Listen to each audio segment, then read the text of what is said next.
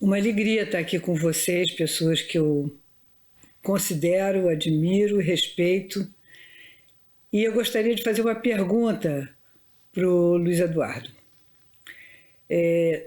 Eu trabalho há muitos anos com pessoas afetadas pela violência do Estado, no passado, da ditadura e no presente. E os efeitos da violência são muitas vezes desastrosos na vida das pessoas. E hoje o panorama que nós estamos vivendo, a ameaça de golpe, destruições, o ódio generalizado que está vindo emanado dos dirigentes desse país, principalmente o mandatário, isso evidentemente é altamente preocupante, principalmente porque nós estamos com uma distribuição de armas alarmante nesse país. Mas a questão do ódio, do medo, né, da insegurança, do sentimento de perseguição, são muito frequentes nesse momento. E o ódio emanado, né, num outro cenário, né, que é um cenário que nós queremos que venha a acontecer, e não o golpe que está em curso, eu gostaria de saber como é que você pensa essa questão. Como tentar desmontar. Essa não é uma tarefa só nossa, dos psicólogos clínicos, dos psicanalistas. Essa é uma tarefa de todos nós. Por isso, eu gostaria de saber a tua opinião. Muito, muito complexa e interessantíssima a pergunta da Vera.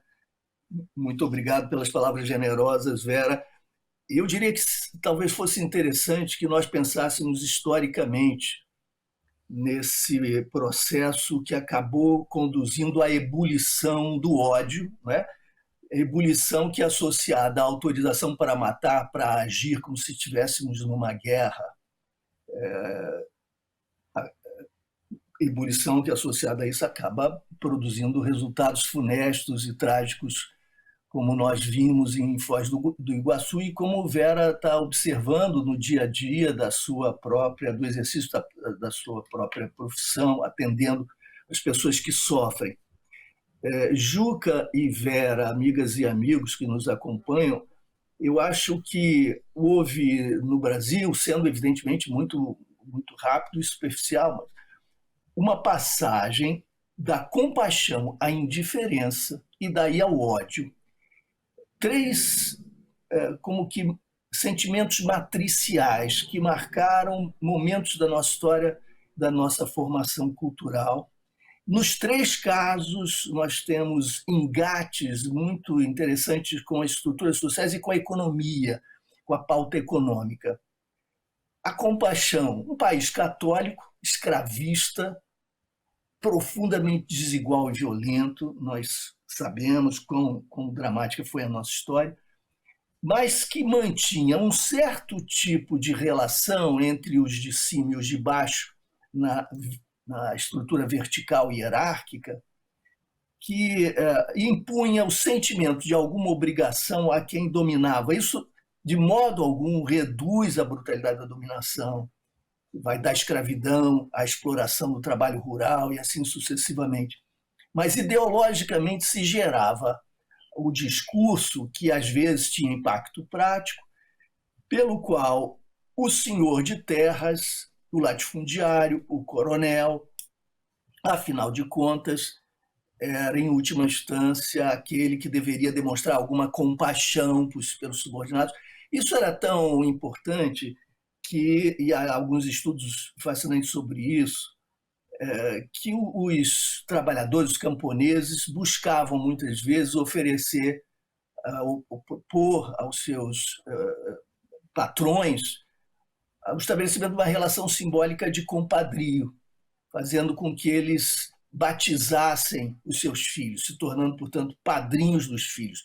Isso não amenizava a exploração, mas levava a população mais pobre, os trabalhadores, suas famílias, a supor que, em caso limite, esse filho seria protegido da expulsão, da dominação extrema, etc, etc. O discurso da Igreja Católica estava ligado à ideia de que, afinal de contas, há uma certa unidade, todos somos humanos.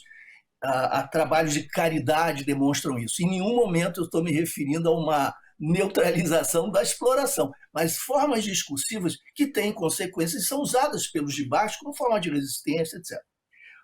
Com o advento do neoliberalismo, com a imposição da agenda neoliberal, se tornou indispensável naturalizar a desigualdade e afirmar sem culpa que a desigualdade não só é natural, como necessária, e ela seria a tradução de méritos, de uma distribuição desigual, de méritos, ou seja, a cada um de acordo com o seu esforço, né?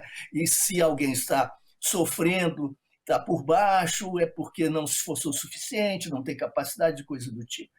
E para que isso funcione com toda a grosseria, a estupidez, né? A rusticidade da fome, da miséria e do convívio nosso das cidades com a fome e com a miséria, seria necessário como que cauterizar, anestesiar a nossa sensibilidade, porque senão o mundo se torna insuportável.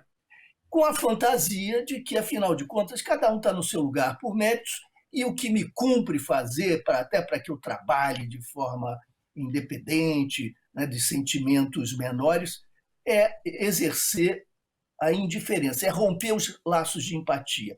E aí, Juca, você há de me permitir, e aquelas e aqueles que nos acompanham também, a citação de termos grosseiros que figuravam nas capas de livros de grande sucesso. Ligue o foda-se, por exemplo. Era necessário isentar-se de responsabilidades. Essa história de compaixão é a conversa fiada de um país decadente, ultrapassado, do velho catolicismo ibérico. Hoje nós estamos no mundo do indivíduo, do individualismo, e é necessário que cada um assuma suas responsabilidades sem ligar para o juízo alheio ou para a compaixão. Então é o mundo da indiferença.